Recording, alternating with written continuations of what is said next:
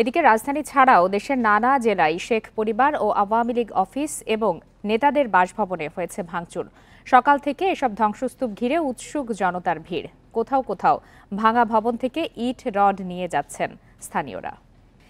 এবারে একই বিষয়ে জানাতে এই মুহূর্তে রাজশাহী থেকে যোগ দিয়েছেন সহকর্মী মুস্তাফিজুর রহমান। সরাসরি চলে যাচ্ছে তার কাছে। মুস্তাফিজ, রাজশাহীতে এখন পর্যন্ত কতটি পতিত সরকারের কতটি অফিস বা ভবন ভাঙচুর করা হয়েছে বা হচ্ছে, সে বিষয়ে সর্বশেষ পরিস্থিতি জানাবেন এবং কোথাও আইন শৃঙ্খলা বাহিনীর উপস্থিতি চোখে পড়েছে কিনা আপনার?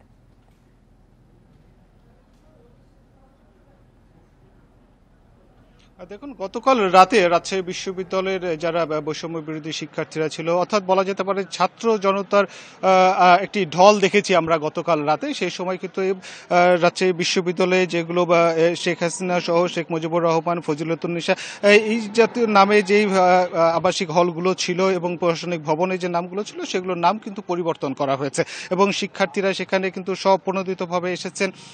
একটি ঠিক বলা যেতে পারে যে রাজশাহী ঠিক রাতের বেলায় ওই সময় একটি উৎসবের আমেজ ছিল সেই সময়। এবং আমি এখন দাঁড়িয়ে আছি, এটি এর আগে নাম ছিল বঙ্গবন্ধু শেখ মুজিবুর রহমান হল, এখন সেটি পরিবর্তিত করে এটি হয়েছে বিজয় 24। এভাবে পর্যায়ক্রমে কিন্তু হলগুলোর নাম পরিবর্তন করা হচ্ছে এবং গতকাল রাতেই শিক্ষার্থীরা এটি করেছেন। এবং আমরা কথা বলেছিলাম যে এখানে রাজশাহী বিশ্ববিদ্যালয়ে যারা সমন্বয়ক রয়েছেন তাদের সঙ্গে কথা বলেছিলাম।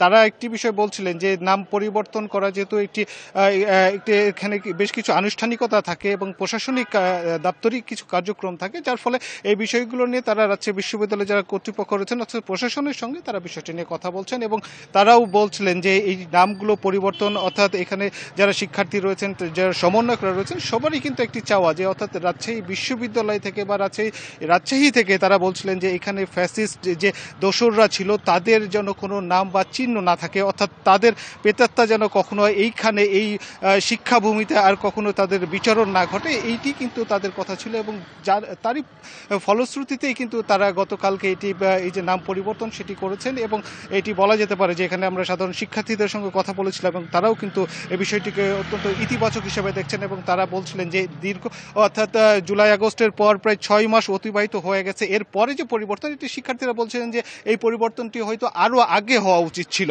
যেটি হয়তো পরে হলেও কিন্তু শুরু হয়েছে এবং তারা বলছেন এটি আরও তাদের প্রত্যাশা ছিল আগে হওয়ার এবং এখন তারা এটি পরিবর্তন হয়েছে এবং পরিবর্তিত সমাজে তারা বলছিলেন যে এখানে কোনো দোসরদের কোনো যেন স্থান না থাকে এবং সেটি তাদের একটি মাত্র লক্ষ্য, যেখানে কোনো দোসরদের অবস্থান না থাকে।